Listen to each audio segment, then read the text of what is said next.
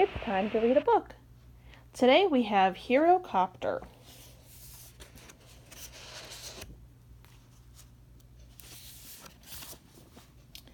Steve Kiley loved to fly.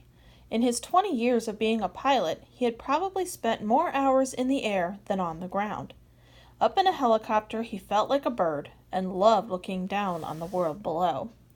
Being a helicopter pilot with a search and rescue team was a perfect job for him. There was only one thing Steve loved more than flying: rescuing people in trouble. "Good morning, everyone," Steve called out as the Friday shift began. "Good morning, Birdman," Amy teased. Steve liked being in the air so much that he had been given the nickname Birdman.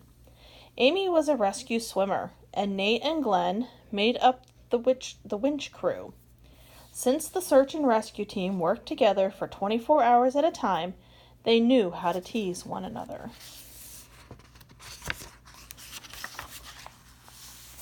Before Steve even finished his morning cup of coffee, a distress call came in. A plane had crash-landed into the trees of the Shandy National Forest. The pilot had jumped to safety, but his leg was broken. He had radioed for help. Emergency assistance was needed. Fast. "Time to fly," said Steve. Without wasting a second, Steve, Nate, and Glenn were off.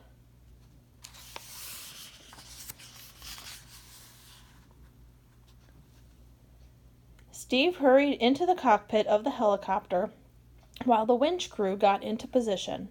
When they reached the rescue site, Glenn would be hoisted down on a long steel cable called a winch to reach the pilot of the downed plane. It would be up to Nate to control the lowering and raising of the winch from the hovering helicopter. One thing was certain: teamwork was essential. Steve flew the helicopter toward the forest. The rotor blades on top sliced through the air, giving the helicopter lift. Steve loved how a helicopter could fly up, down, backward, and forward. It was the perfect rescue vehicle, and he used its capabilities to their fullest potential. Soon, Glenn spotted something silver stuck in between the towering redwood trees. "I think that might be the plane, Birdman," he said to Steve over his microphone. Inside each safety helmet was a microphone, so the crew could talk to each other. "Confirm that," replied Steve, and he began to maneuver the chopper down toward the enormous trees. As the helicopter descended, Steve made sure to keep a safe distance from the branches of the trees. By keeping the rotor blades of the chopper tilted at a medium angle, Steve was able to hover just above the tops of the trees. Meanwhile, Nate lowered Glenn down with a stretcher to rescue the injured airplane pilot. Once he was securely on the ground, Glenn detached the stretcher from the winch and radioed for the helicopter to move away to reduce the noise level. Since the helicopter can fly straight up, no runway needed. Steve maneuvered the chopper away and waited to hear from Glenn.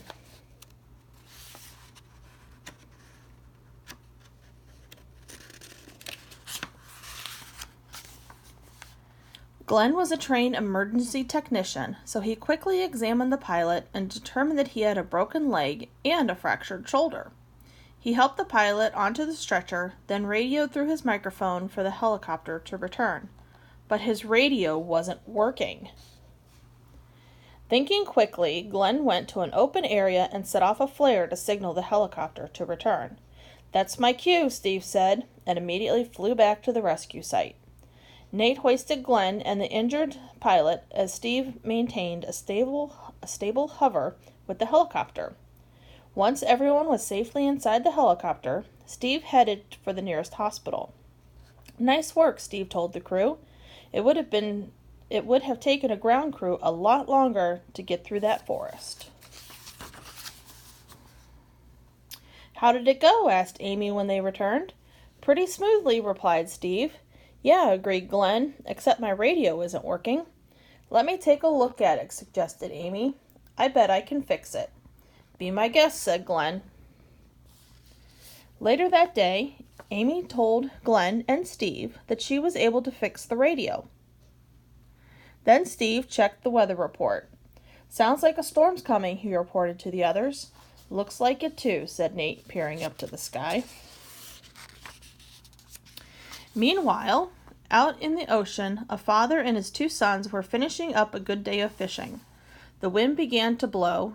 The dark clouds and waves began to rise. The father hoped that they would be able to make it back to shore before the brunt of the storm hit. He tried to start up the boat, but the engine wasn't working. Crack! Lightning crackled across the sky and rain started to fall. Waves began to break with the water coming up fast and furious. A huge swell overtook the boat and it began to fill with water. The father knew that there was only one option left: call for help. "Mayday! Mayday!" he radioed. As more water flooded the boat, he radioed their current position. Would someone be able to find the family in time? The search and rescue team heard the Mayday call over the radio. Steve, Nate, and Amy ran to the helicopter in the rain. It would be difficult to spot a boat in these conditions, but nothing was going to prevent the crew from trying. Once in the general area of the disabled boat, Nate used a forward-looking infrared camera to try and locate the stranded fishermen. This special equipment relied on identifying the heat of a person's body. "I've spotted them," Nate announced. Steve carefully maneuvered the helicopter directly into the wind in order to get the best hover capability. Down below, the family was relieved to see the helicopter rescue crew. The chopper arrived on the scene quicker than any boat could have. When the helicopter was in the best position, Amy was lowered down in a hoist to the deck of the boat. Nate then winched down a rescue basket, and Amy set about getting one of the sons in the basket. She gave the thumbs up to Nate and began winching him up. Soon the other son was hoisted up too. "Two down, one to go," Amy said to herself. Amy motioned for the father to get in the basket when suddenly a huge wave crashed over the ship. Amy grabbed onto the rail, but the father wasn't so lucky. "Man overboard!" Splash! Amy dove into the water. At first she couldn't see the father, but then she spotted his life jacket.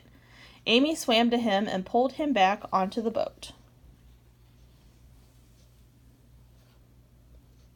Before long, the father and Amy were hoisted to the helicopter, safe and secure.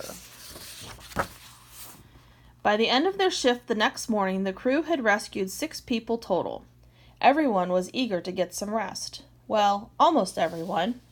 "What are you going to do on your day off?" Amy asked Steve. "Go flying, of course," Steve said with a laugh. He couldn't wait to get up in the air again. Amy laughed. "Say hello to the birds for me." I hope you enjoyed the book, and I will see you again soon. Bye-bye.